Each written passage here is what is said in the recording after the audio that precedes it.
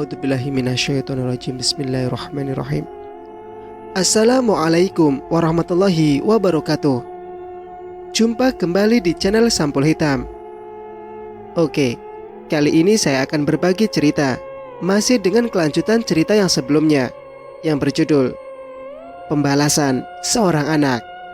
Cerita ini ditulis oleh Arya Kalangi. Dan bagi teman-teman yang ingin membacanya secara langsung, teman-teman bisa langsung cek linknya, saya sudah siapkan, ada di kolom deskripsi. Oke, tak usah berlama-lama. Bagaimanakah untuk kelanjutan cerita kali ini? Mari kita simak ceritanya. Pak Hendra lalu menelpon polisi karena sudah tidak tahu harus berbuat apa. 1 jam kemudian, polisi pun datang untuk melakukan penyelidikan. Pak Hendra menyerahkan barang bukti berupa ponsel milik Rian. Saat mereka melihat video itu, Pak Hendra meneteskan air mata dan tak mampu melihat lebih lama penyiksaan yang dilakukan oleh Reza. Baik Pak, untuk sementara ponsel ini kami bawa ke kantor polisi untuk dijadikan barang bukti. Dan kami harap kerjasamanya bila mendengar atau menemukan lokasi pelaku, kata salah satu polisi.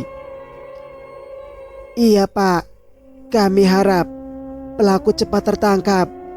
Kami sudah tak tahan diteror terus-terusan, kata Pak Hendra. Baik Pak, kami permisi dulu, kata polisi itu.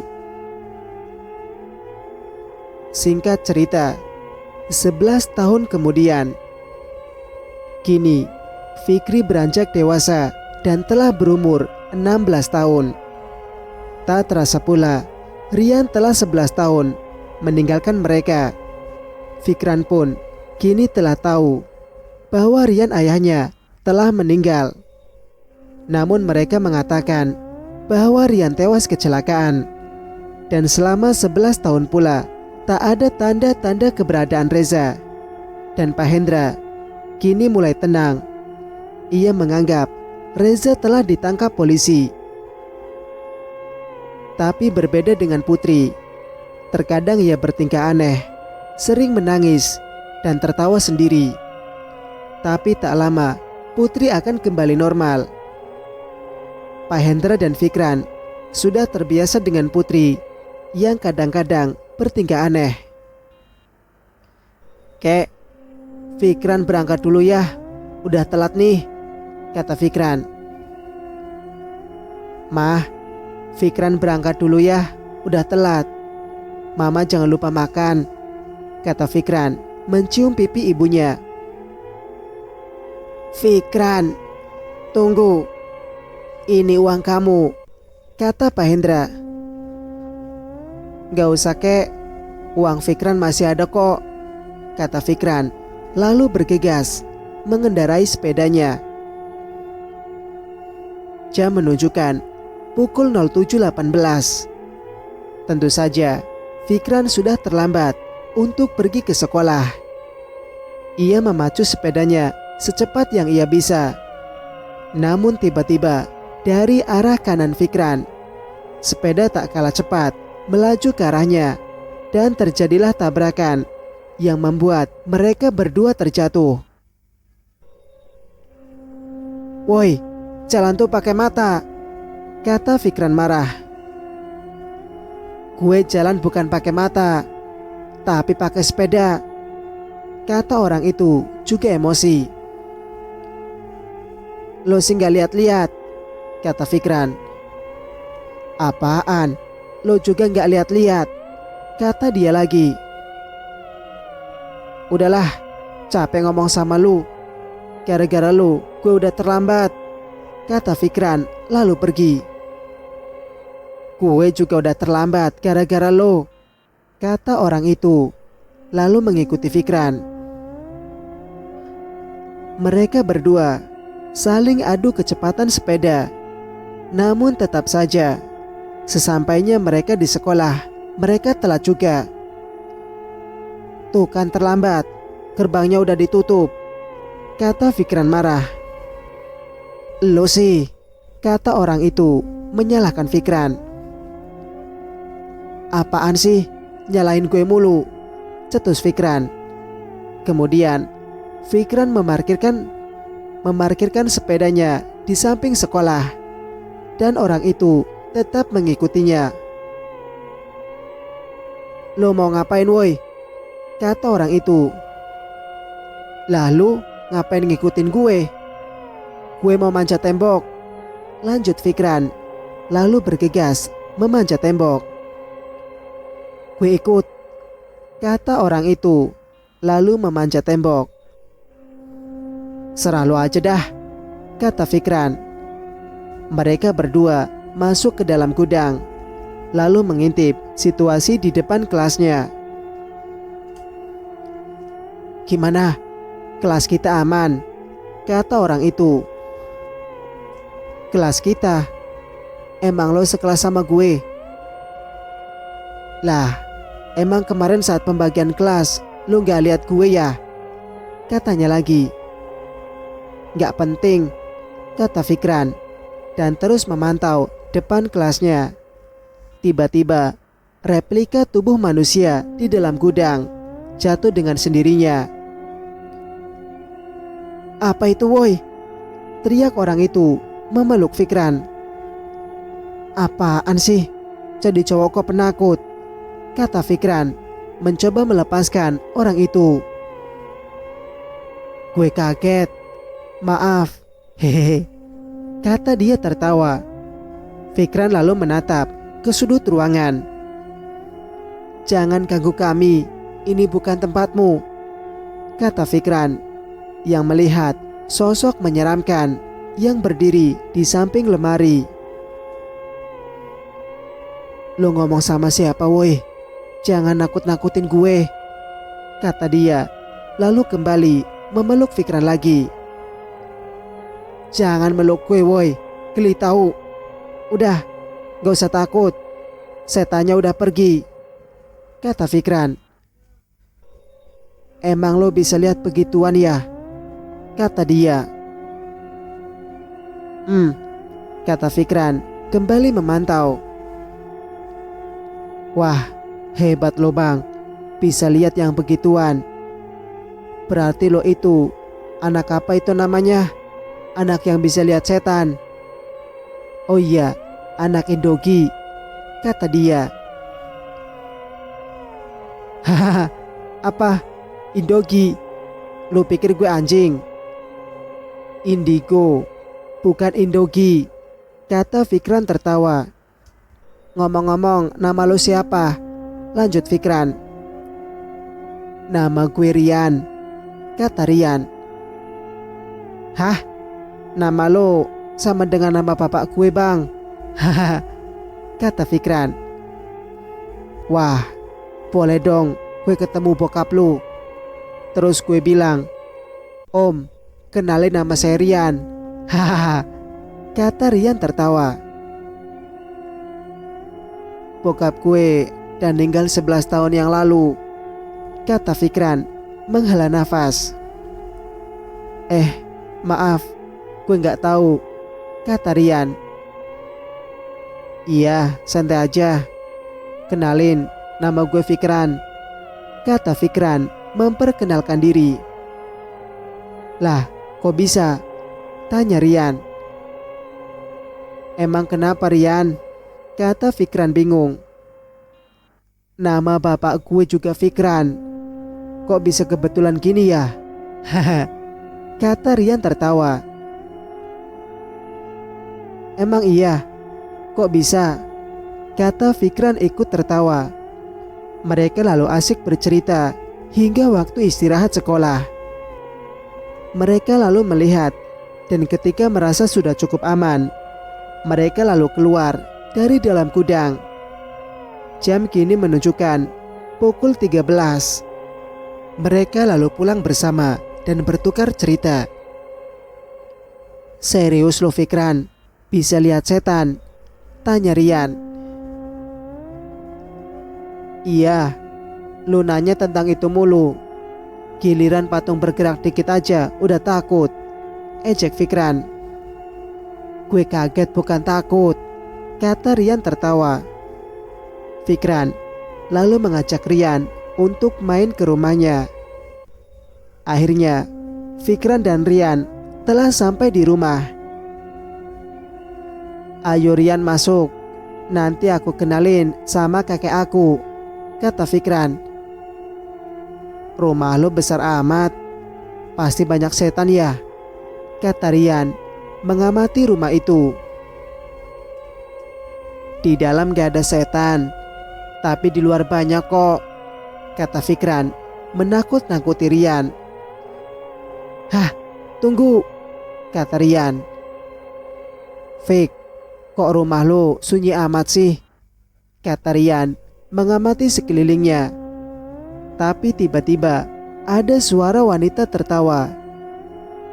Iya, benar, itu Putri, ibu Fikran yang sering bertingkah aneh. Astaga, suara apaan tuh? Nyesel gue bilang sunyi barusan, kata Rian ketakutan. Tenang aja, itu suara ibu aku. Dia emang gitu, kadang ketawa sendiri, kadang menangis sendiri. Tapi gak lama kok, bentar lagi juga sembuh dengan sendirinya, kata Fikran menjelaskan. Emang kenapa? Maaf kalau gue lancang nih. Ibu lo punya gangguan jiwa ya, kata Rian. Bisa jadi, kata kakek. Mama semenjak papa meninggal jadi seperti itu, kata Fikran. Maaf nih kalau gue banyak nanya, kata Rian. Iya, santai aja, kata Fikran. Kemudian keluarlah Pak Hendra dari dalam kamarnya. Fikran, udah balik ya? Terus ini siapa, Fik? Tanya Pak Hendra.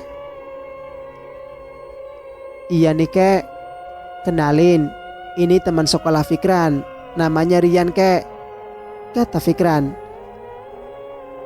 Rian, nama kamu sama ya, sama mendiang ayah Fikran, kata Pak Hendra. Iya kek, salam kenal, nama saya Rian, kata Rian memperkenalkan diri. Putri yang mendengar nama Rian seketika keluar dari dalam kamarnya.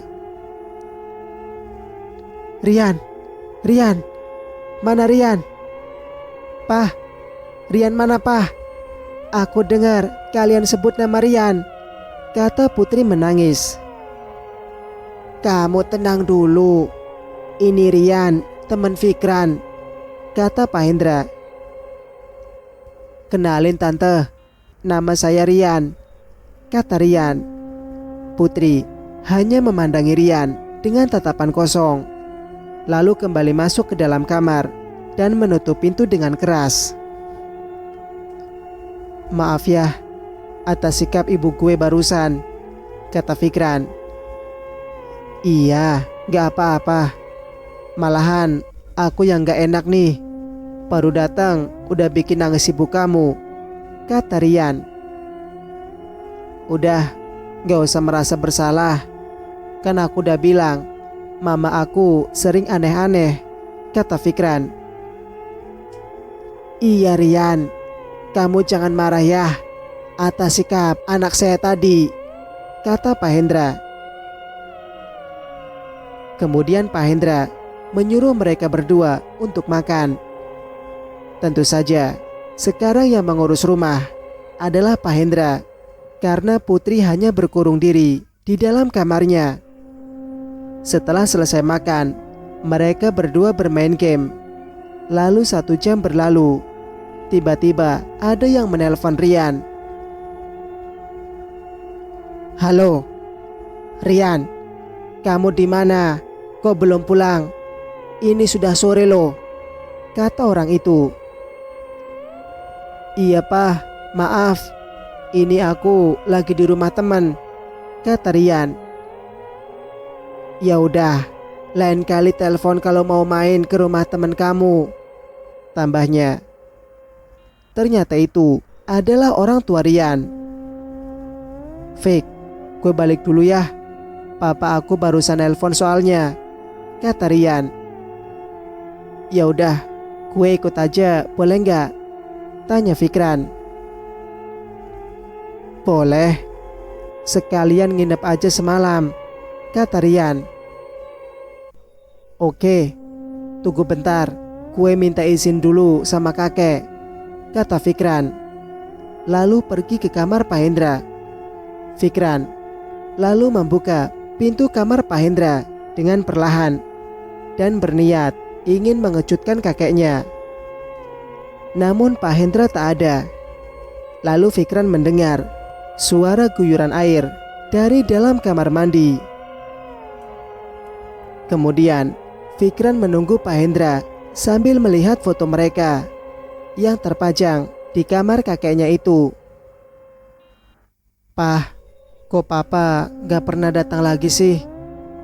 Padahal waktu kecil Fikran selalu lihat papa di deket mama. Tapi sekarang papa udah gak datang lagi. Apa mungkin papa gak kangen kami?" kata Fikran meneteskan air mata sambil mengusap-ngusap foto mendiang ayahnya. Kemudian tak sengaja Fikran melihat ponsel di atas meja, dan itu adalah ponsel milik Rian. Karena penasaran ada apa dengan ponsel itu, karena setiap Fikran ingin mengambilnya, kakeknya pasti langsung marah. Kemudian Fikran lalu mengambil ponsel itu, dan ternyata ponsel itu telah kehabisan daya. Dan tiba-tiba Pak Hendra membuka pintu kamar mandi. Namun Fikran dengan cepat memasukkan ponsel tersebut ke dalam kantong celana. Fikran, ada apa?" tanya Pak Hendra. "Ini kek, boleh nggak Fikran nginep di rumah Rian? Bosan di rumah mulu," kata Fikran membujuk kakeknya. "Gimana ya Fik?" kata Pak Hendra kebingungan. "Boleh ya kek, please, kali ini aja," kata Fikran memohon. "Dasar, ya udah, tapi ingat, besok pagi langsung pulang. Gak baik lama-lama di rumah orang," kata Pak Hendra. "Siap, makasih kek," kata Fikran lalu meloncat ke punggung kakeknya. "Fik, turun Fik, nanti tulang kakek patah," kata Pak Hendra. "Gak mungkin lah, kakak Fikran kan kuat," kata Fikran tertawa. "Dasar nakal," kata Pak Hendra lalu mengacak-acak rambut cucunya. Mereka lalu keluar kamar menemui Rian. "Rian, ayo, aku udah minta izin," kata Fikran. "Loh, kamu gak minta izin sama ibu kamu?" kata Rian. "Ibuku lagi ketawa-ketawa di kamar. Kalau kamu mau pamit, ya udah, aku temenin," kata Fikran. "Gak usah deh Fik, keburu malam," kata Rian. "Bilang aja takut, gak usah pakai alasan segala," ejek Fikran. Mereka lalu pergi ke rumah Rian, dan ternyata rumah Rian tidak terlalu jauh dan hanya membutuhkan waktu 10 menit menggunakan sepeda. "Rumah kamu bagus juga ya Rian," kata Fikran.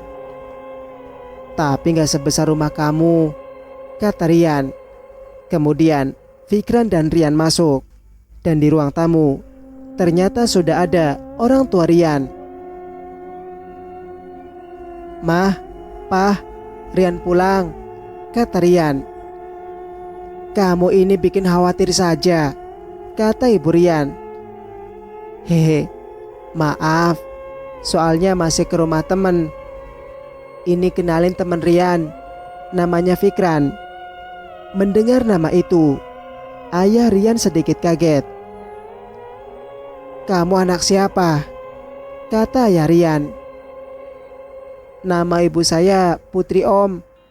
Sedangkan nama papa saya Rian Om," kata Fikran. Dilihat dari ekspresi Ayah Rian, dia nampak sedikit kaget.